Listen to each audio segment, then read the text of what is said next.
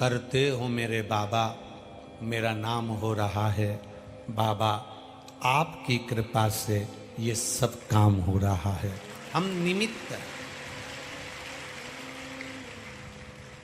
ये हमारी निमित्तता होगी कि हम निमित्त हैं। शंकर भगवान की कथा देखिए जरा, भागवत जी की कथा सुखदेव जी महाराज ने सुना दी। सारी कथा का लेखन श्री वेदव्यास जी ने कर दिया।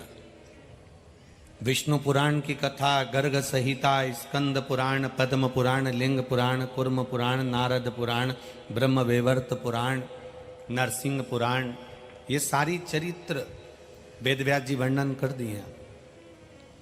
सारी पुराणों को उठाकर देखना, केवल एक पुराण ऐसी निकलेगी जिस पुराण को सारी पुराणों में सब वर्णन करते हैं, पर एक पुराण शिव महापुराण की कथा केवल ऐसी है कि भगवान शंकर और पार्वती दोनों जजमान बनकर तुमरुका जी कथा कर रहे हैं और शिव पार्वती यजमान बनकर बैठकर कथा सुन रहे हैं।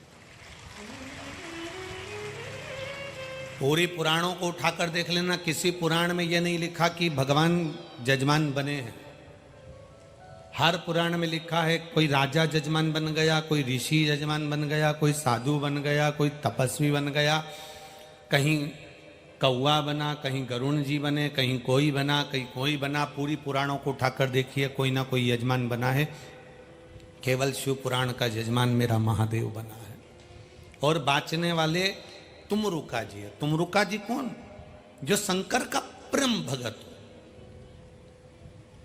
शिव पुराण बाँचने के लिए शंकर का गुणगान करने वाला, शंकर का उपासक, शिव पर पूर्ण भरोसा करने वाला होगा।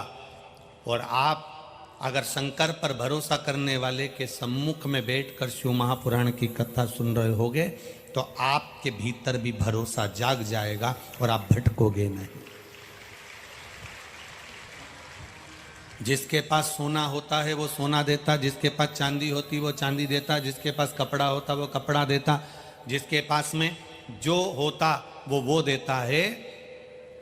शिव पुराण बाँचने वाला, शंकर का कोई विश्वास उसके हृदय में होगा तो आपको विश्वास देगा। अगर विश्वास नहीं होता तो आप भी इतनी मात्रा में बैठकर कथा को श्रवण नहीं कर पाते। और वो कंट्रोल अगर कंट्रोल रूम में हो जाए तो फिर व्यक्ति का जीवन नश्वर नहीं होता। बेटा माँ बाप को चिल्लाकर बात कर लेता है, वो तो चले जाता है, पर माँ बाप से पूछे उसके कितने दिन उस बात को उसके दिमाग से निकलने में कितने दिन लग जाते हैं, कितने दिन लग जाते हैं, विचार करिए। भाई भाई को अपशब्द कह देता है, उसको दिमाग से निकलने में कितने दिन लग जाते हैं।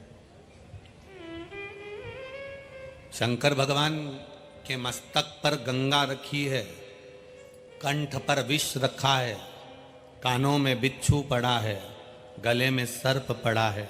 शिव महापुराण की कथा कहती है कंठ पर विष होने पर सिर पर गंगा होना यह बहुत कठिन विषय है, बहुत कठिन विषय। क्रोध आ रहा हो और तुम्हारा मस्तिष्क ठंडा हो, यह बहुत कठिन विषय है।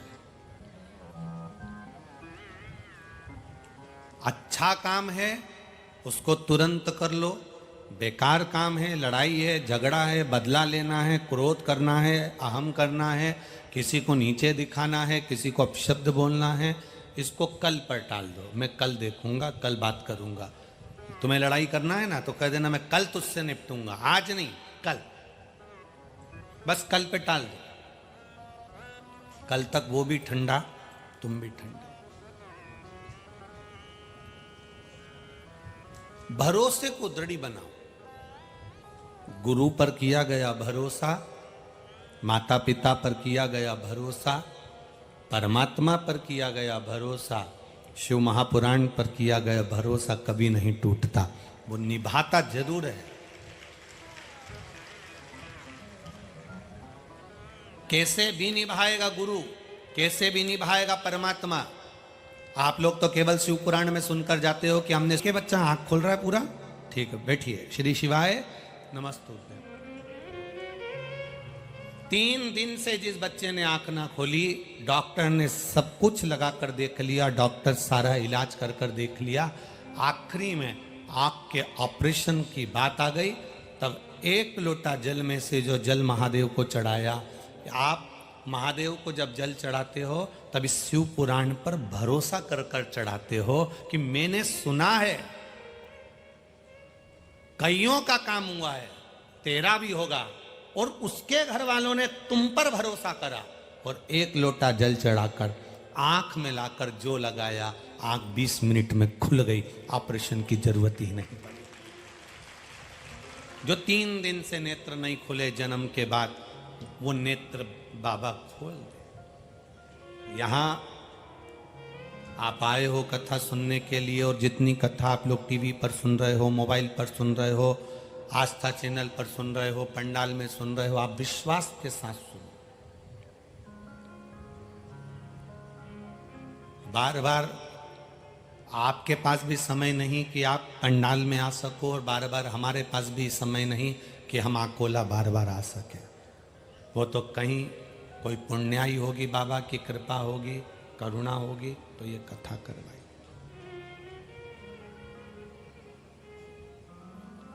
बहुत कठिन, बहुत कठिन।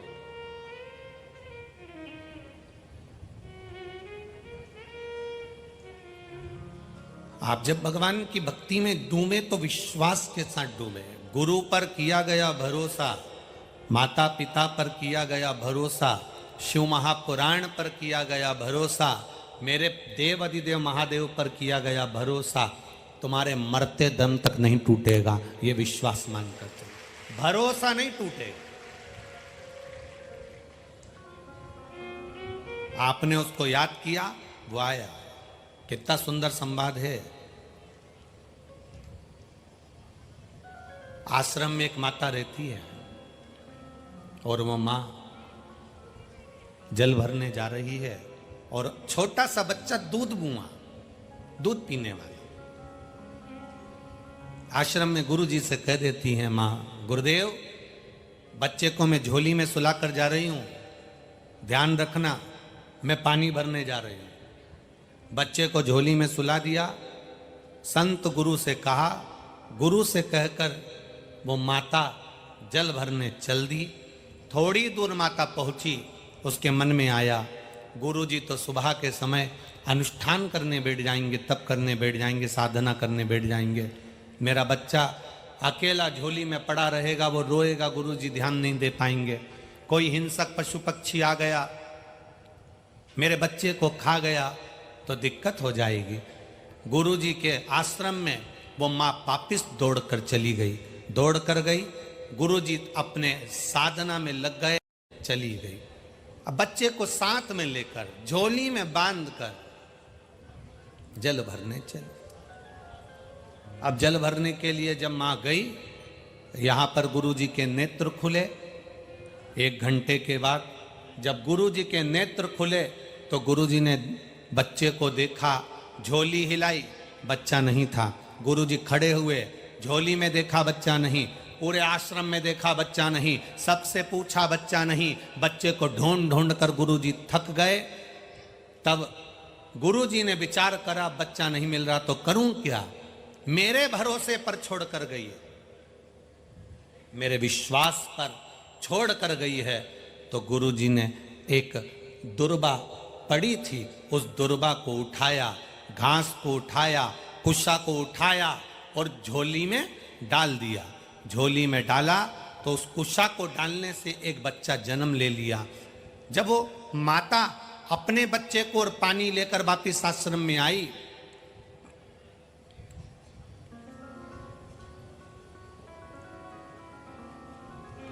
तो आते से ही उस माता ने उस झोली में देखा तो एक छोटा सा बच्चा सोया था। माता ने गुरुजी से पूछा, गुरुदेव मैं तो अपने बच्चे को लेकर चली गई थी, फिर ये झोली में बच्चा कहां से आ गया? इतने में गुरुजी ने कहा, तू मेरे विश्वास पर, मेरे भरोसे पर मुझको कहकर गई थी, और मैंने जब उठकर देखा बच्चा नहीं था, इसलिए मैंने ये कुशा डालकर इस बच्चे को जन्म दे दिया। वो कोई दूसरी नारी नहीं थी, माता सीता थी, जिनके झोली में एक बेटा लव पहले था, और जो कुश से पैदा हो गया उसका नाम कुश था। विश्वास, गुरु पर अगर भरोसा करा है, शिव पुराण पर भरोसा करा है, तो कहीं से भी करेगा, कैसे भी करेगा।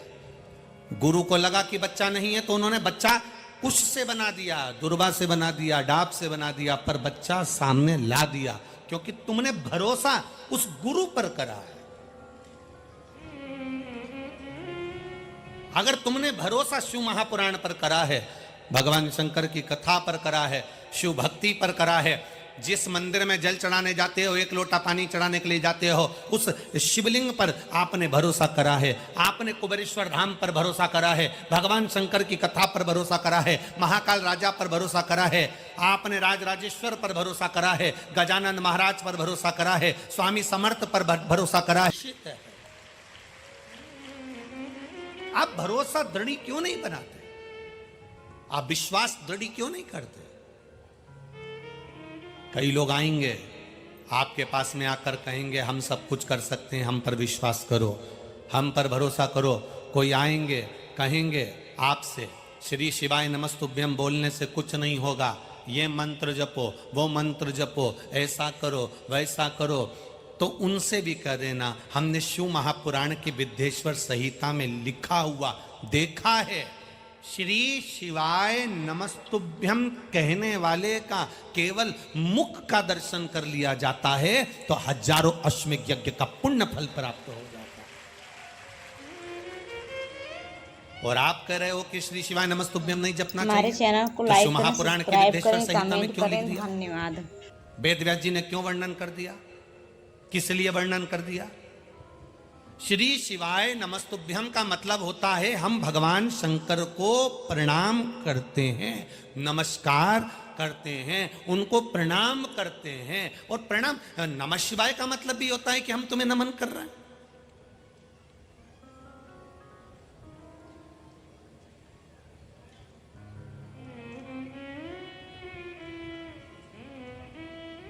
परमात्मा को नमन करना, हर पल, हर घड़ी, हर क्षण नमन करना।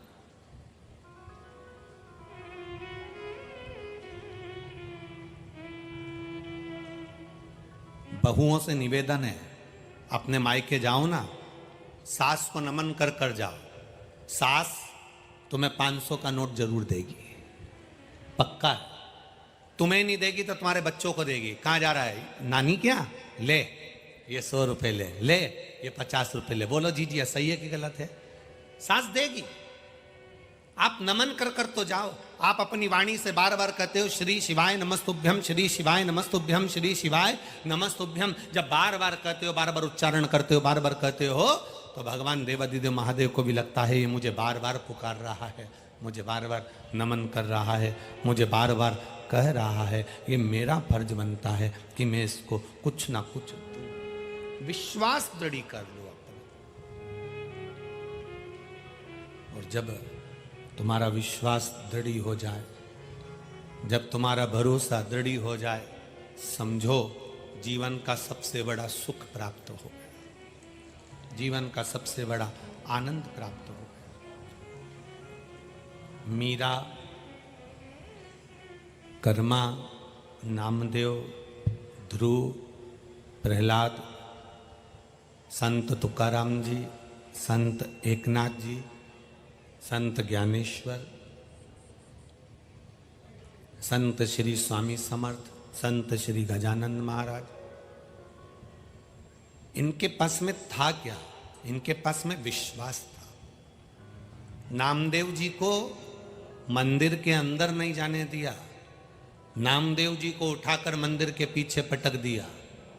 अब मंदिर के पीछे ना तो कोई मूर्ति थी, ना कोई भगवान था, ना कोई पूजन का स्थान था, पर नामदेव जी मंदिर के पीछे पड़े हैं।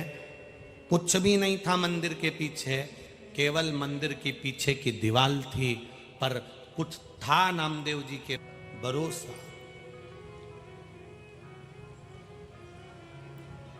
कौन कहता है भगवान आते नहीं, कोई द्रौपदी की तरह बुलाते नहीं। कौन कहता है भगवान खाते नहीं, कोई शबरी की तरह खिलाते नहीं।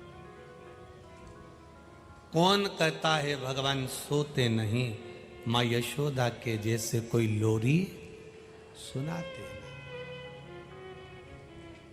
कौन कहता है कि मेरा महादेव सुनता नहीं है।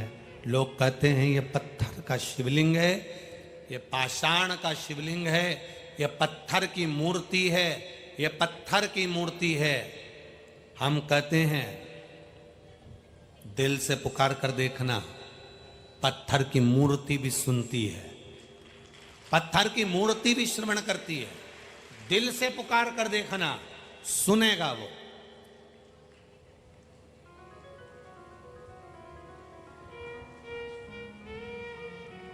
एक बूढ़ी माँ की कथा बड़ी सुंदर है महाराज। एक बूढ़ी माँ, उसके पास में छोटे से लड्डू गोपाल थे, छोटे से लड्डू गोपाल। उनकी सेवा करती थी वो, स्नान करा देती, कपड़े पहना देती, अंगवस्त्र से पोंछ कर इत्र लगा देती, सुंदर मुकुट कांचनी श्रृंगार आदि कर देती, मुकुट आदि कांचनी वगैरह लगाकर श्रृंगार कर देती, फिर राजभोग रख देती, भगवान को दर्पण दिखाती, राजभोग रख देती। अब उसके मायके में शादी आ गई। उसने अपनी बहू से कहा कि मुझे मायके जाना है बेटा, और मेरे घर में लड्डू गोपाल की सेवा है, ठाकुर जी की सेवा है, क्या तू कर लेगी? बाहर का ना बढ़ा के अंदर का बढ़ा। मेरे घर में लड्डू गोपाल की सेवा है, अपने घर में, क्या तू कर लेगी? माँ क्या करना है बताओ, क्या करना है आप मुझे बता दो, क्या करूं मैं, क्या करना, बोलिए। माँ ने कहा 3 बार ताली बजाकर भगवान को उठा लेना, उनको थाली में बिठाकर स्नान करा देना, उनको थाली में बिठाकर स्नान करा देना, और स्नान कराकर अंग वस्त्र से भगवान को पोंछ देना, फिर इत्र लगाना, फिर कपड़े पहनाना, फिर उनको मुकुट कांचनी लगाना, फिर मुकुट कांचनी लगाकर जब पूरा श्रृंगार हो जाए दर्पण दिखाना, दर्पण दिखाए भगवान मुस्कुरा दे, तब भगवान को भोग लगाना। ठीक है माँ, फिर राजभोग करा देना, भोग लगा देना। ठीक है माँ, ऐसे ही करूंगी, पक्का। आप मैं जाऊं? हाँ जाओ।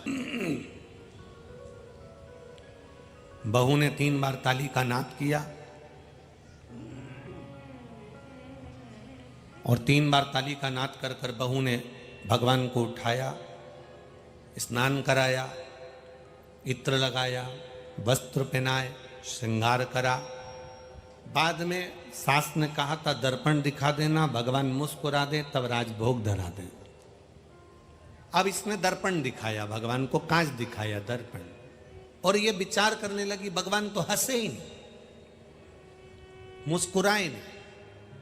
इसका कहने का मतलब सास का ये नहीं था कि भगवान हंसेंगे, उसका मतलब था कि दर्पण दिखाओ तो भगवान मुस्कुराते हैं। अब इसको लगा कि भगवान तो मुस्कुराए नहीं, तो मैं राजभोग कैसे धराऊं? मुझे लगता है भगवान की सेवा में कोई कमी रह गई। अब इसने भगवान के फिर वापस कपड़े उतार दिए, श्रृंगार उतार दिया, भगवान को वापस गादी रजाई में सुला दिया। सुलाने के बाद में 2 मिनट बाद वापस आ गई, फिर 3 बार ताली बजाई। ताली बजाने के बाद में फिर वापस भगवान को थाली में रखा, स्नान कराया, कपड़े पहनाए, श्रृंगार करा, फिर बाद में वापस दर्पण दिखाया। सास ने कहा था भगवान मुस्कुरा दे तब राजभोग धरा देना, जो दर्पण दिखाया तो भगवान मुस्कुराए नहीं। इसको लगा मेरी सेवा में कोई कमी रह गई, इसने वापस भगवान के कपड़े उतार दिए, फिर उतार दिए, फिर भगवान को स्नान कराया, फिर श्रृंगार करा, फिर दर्पण दिखाया, भगवान मुस्कुराए नहीं। अब इसको कौन समझाए? पीतल की मूर्ति है, कोई मुस्कुराएगी क्या? ये तो हृदय का भाव होता है। सास ने कहा था भगवान मुस्कुरा, मतलब दर्पण दिखाओ तो भगवान मुस्कुराते हैं। ये सास के सहज भाव था, पर भगवान नहीं मुस्कुराए। इसने वापिस कपड़े उतार दिए, फिर सुला दिया। सवेरे 7 बजे से भगवान को बार बार निला रही, श्रृंगार करा रही। दोपहर की 3 बज गई। भगवान भी मन में सोच रहे, निलाई निला रही है, खिला तो कुछ भी नहीं रही है। भगवान को 35वीं बार ये भगवान को स्नान करा रही थी, श्रृंगार कर रही थी। श्रृंगार कर कर भगवान को जो दर्पण दिखाया, भगवान पीतल की मूर्ति में से 2 दांत निकालकर मुस्कुरा दिए। पीतल की मूर्ति में से 2 दांत निकालकर मुस्कुरा दिए। और मुस्कुराकर भगवान को लगा जब तक हंसूंगा नहीं तब तक ये खिलाएगी नहीं, बहुत देर से निला ही निला रही है।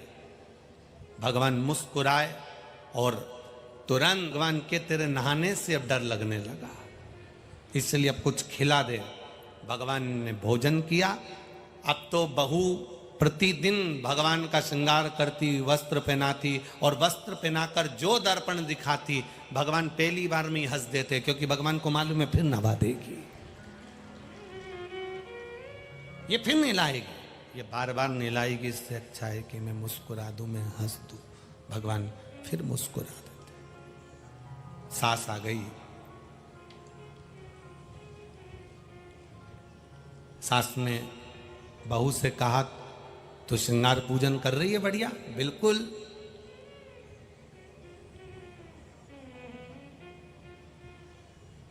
सास सच बोली कि मैं पूजन करने बैठूंगी, अब तू अपना काम कर। सास पूजन करने बैठी, भगवान को दर्पण दिखा रही थी। इतनी देर में बहू पहुंच गई। दर्पण दिखा के सास ने रख दिया और भगवान को राजभोग दे दिया। इतने में बहू ने कहा, नहीं नहीं, तुम ही तो कह के गई थी भगवान मुस्कुराए तब राजभोग देना,